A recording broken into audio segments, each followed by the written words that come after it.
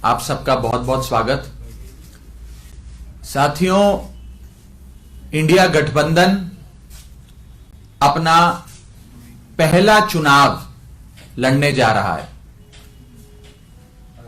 पहला मैच खेलने जा रहा है। 18 जनवरी को होने वाला चंडीगढ़ मेयर चुनाव कोई आम चुनाव नहीं है। ये इस देश की राजनीति की तकदीर, तस्वीर, दशा और दिशा बदलने वाला चुनाव है। और ये चुनाव हमारा मानना है कि आने वाले 2024 के लोकसभा चुनाव की नींव रखेगा। इंडिया गठबंधन बतौर गठबंधन पहली बार चुनाव के रण के मैदान में भाजपा का सामना करने जाना है। और यह चुनाव इंडिया बनाम भाजपा के पहले मैच के पहले चुनाव के नाम से जाना जाएगा। हमारा यह मानना है कि इंडिया गठबंधन पूरी मजबूती से चंडीगढ़ मेयर चुनाव लड़ेगा और एक ऐतिहासिक निर्णायक जीत दर्ज कराएगा। आप इस चंडीगढ़ मेयर चुनाव को कोई साधारण आम चुनाव मत मानिए। यह एक ऐसा चुनाव है जिसमें पहली बार मुकाबला सीधा इंडिया बनाम भाजपा होने जा रहा है। और हमारा यह मानना है कि जीत दर्ज कराने के बाद इंडिया गठबंधन का यह जीत रूपी रथ चंडीगढ़ तक ही सीमित नहीं रहेगा। यह कश्मीर से लेकर कन्याकुमारी और मणिपुर से लेकर मुंबई तक जाएगा। जब जब टीम इंडिया का सामना देश की, दुनिया की किसी भी टीम से हुआ, हमेशा भारतवासियों ने टीम इंडिया को जिताया। हमारा यह मानना है कि 18 जनवरी के चंडीगढ़ चुनाव में भी भारतवासी एकजुट होकर इंडिया को जिताएंगे। और इस चुनाव के उपरांत स्कोर कार्ड होगा इंडिया 1 भाजपा 0। हमारा यह मानना है कि इंडिया गठबंधन की 18 जनवरी को होने वाली क्लीन स्वीप के बाद यह एक 2024 के लोकसभा चुनाव के लिए आगाज होगा। मैं फिर से दोहरा दूं, इंडिया गठबंधन का भाजपा से पहला मुकाबला, इंडिया गठबंधन का भाजपा से पहला मुकाबला जो 18 जनवरी को होने जा रहा है, यह 2024 के लोकसभा चुनावों का आगाज होगा, कर्टन रेजर होगा। और यह एक टोन सेट करेगा कि आने वाले जो भी चुनावी मुकाबले होंगे इंडिया बनाम भाजपा, उसके क्या नतीजे होंगे। मेरा यह मानना है कि यह एक और बड़ी चीज साबित करेगा। वो ये है कि जब इंडिया गठबंधन मिलकर चुनाव लड़ता है तो 1 और 1 2 नहीं, 1 और 1 11 होता है। यह चंडीगढ़ का 18 जनवरी का चुनाव सिद्ध करेगा। और इसके संदेश, इसका मैसेज, जो जीत का, इंडिया गठबंधन की जीत का मैसेज होगा, यह देश के कोने कोने तक पहुंचेगा। लोगों को जो आज एक तानाशाह निकम्मी भाजपा सरकार से मुक्ति चाहिए, उसकी एक आस लोगों के मन में जगाएगा कि अगर इंडिया गठबंधन एकजुट होकर चुनाव लड़ता है तो इंडिया गठबंधन ही वो चुनाव जीतता है। और इंडिया से जो जो टकराएगा वो चूर चूर हो जाएगा। ये मैसेज इस चुनावों से अवश्य निकलेगा। 18 जनवरी को चंडीगढ़ में भारतीय जनता पार्टी की जो आज निकम्मी और तानाशाह बादशाहत है, उससे चंडीगढ़ के लोगों को छुटकारा मिलेगा। इंडिया गठबंधन वो छुटकारा दिलाएगा।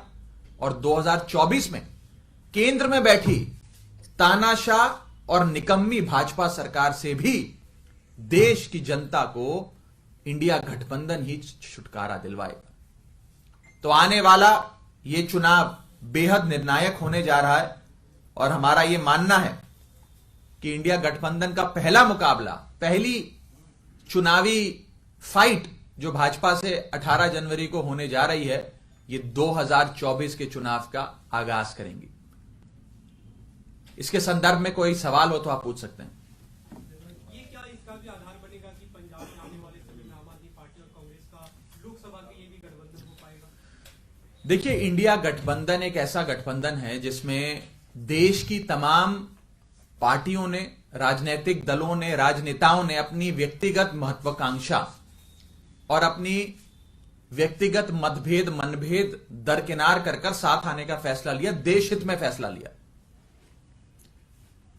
अब सीटों का बंटवारा कौन से राज्यों में होगा, कौन से में नहीं होगा, कौन से राज्यों में रणनीति के तहत साथ आकर लड़ा जाएगा और कौन से राज्यों में रणनीति के तहत भिन्न भिन्न प्रकार से लड़ा जाएगा, यह फैसला सीट शेयरिंग की जब पूरी बातचीत है वो समाप्त हो जाएगी, उसके बाद लिया जाएगा। आज सीट शेयरिंग पर नॉन स्टॉप रेगुलर कमेंट्री करना उचित नहीं है। मैंने पहले भी कहा था कि जैसे क्रिकेट मैच में आप देखते हैं कि बॉल बाय बॉल कमेंट्री होती है, सीट शेयरिंग की बातचीत में, संवाद में इस प्रकार से बॉल बाय बॉल कमेंट्री नहीं हो सकती, वो संभव नहीं है। लेकिन जैसे ही कोई महत्वपूर्ण फैसला लिया जाएगा उसकी जानकारी अवश्य आप सबसे साझा करेंगे।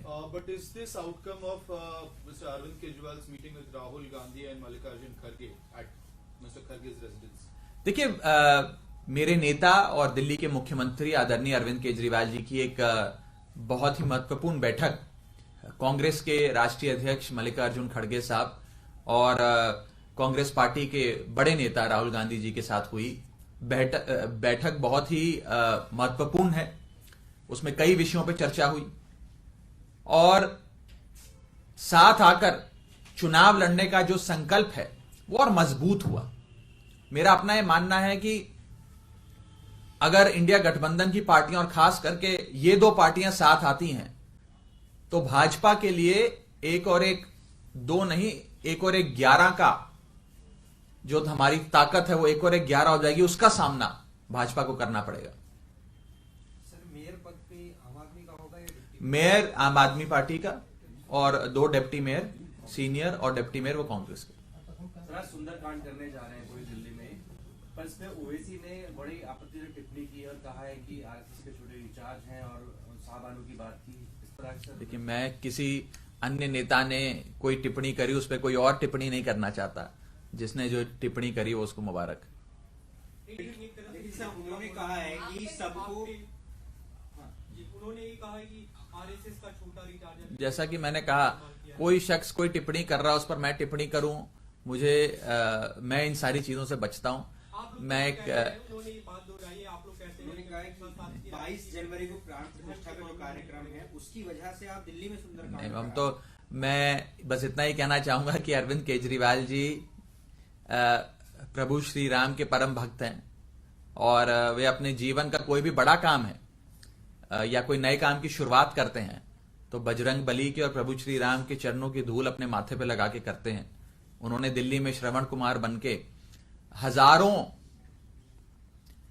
बड़े बुजुर्गों को तीर्थ यात्रा करवाई। उन्हें वाराणसी से लेकर दरबार साहब से लेकर अजमेर दरगाह शरीफ तक हर जगह मत्था टकवाया, वहां पे उनके दर्शन करवाए। और मैं किसी अन्य नेता द्वारा अरविंद केजरीवाल जी पर लगाए गए ये आरोप या इस पर टिप्पणी करना उचित नहीं समझता। मुझे नहीं लगता कि हमें किसी और नेता से सर्टिफिकेट लेने की आवश्यकता है।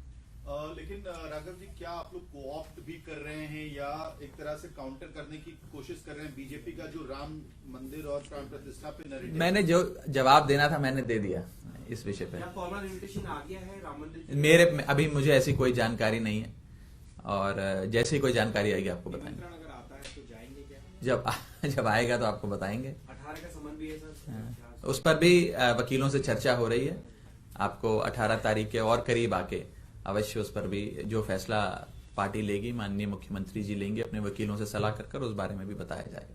Raghav, can you tell us exactly what role did that particular meeting play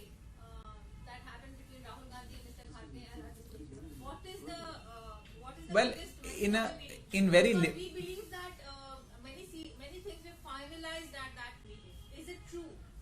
Like for instance, the Chandigarh deal, was it finalized at that meeting? See, first of all, since I was present in the meeting,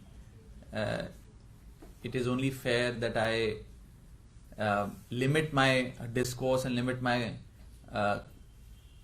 commentary on that meeting. However, since you've asked this question, I can say this in a very measured manner that the meeting that took place between my leader and the Honorable Chief Minister of Delhi, Mr. Kejriwal, and the Congress President, Shri Mallikarjun Kharge ji, and senior Congress leader, Shri Rahul Gandhi ji, was a meeting that was very, very significant.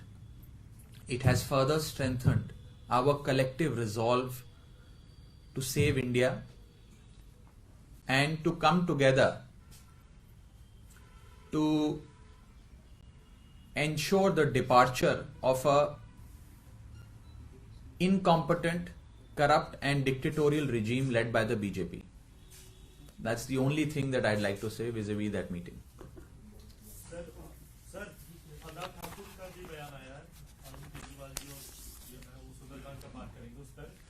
मैं किसी के बयान पे मैं क्यों बयान दूं मेरे भाई? सर आप वो पछतावा करने का समय आ गया उनको है। बयान देने दीजिए। किसी के बयान पर मैं क्यों बयान दूं? आप उनसे जाकर मेरे बयान पे उनका बयान मांगिए। Thank you so much.